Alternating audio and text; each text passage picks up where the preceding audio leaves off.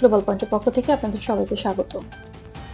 মধ্যপ্রাচ্যে নতুন একটি জটিল পরিস্থিতি তৈরি হয়েছে যখন সৌদির বড় তেল শোধনাগারগুলোতে ইরান সমর্থিত ড্রোন হামলার খবর পাওয়া গেছে।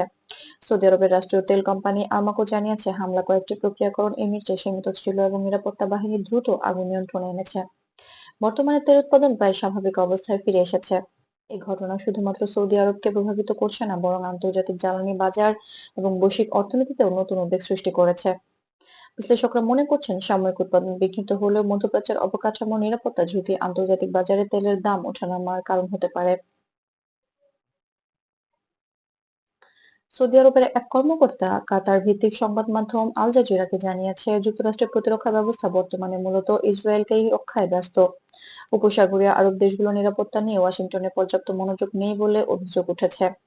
আন্তর্জাতিক সংবাদ সংস্থা যেমন রয়টার্স, বিবিসি এবং আল জাজিরা জানিয়েছে যে হামলার পেছনে ইরান সমর্থিত মিলিশিয়াদের সম্ভাব্য সংশ্লিষ্টতা রয়েছে।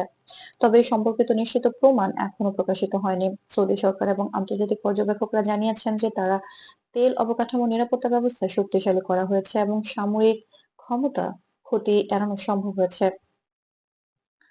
বাজারে প্রাথমিক প্রতিক্রিয়ার ব্রেন্ট ক্রুড তেলের দাম প্রায় 2 থেকে 3% বৃদ্ধি পেয়েছে। জ্বালানি বিশেষজ্ঞরা বলছেন এমন সাময়িক ঝুঁকি বৈশ্বিক জ্বালানি সরবরাহের সতর্কতার কারণ হলেও দীর্ঘমেয়াদী প্রভাব সীমিত হতে পারে।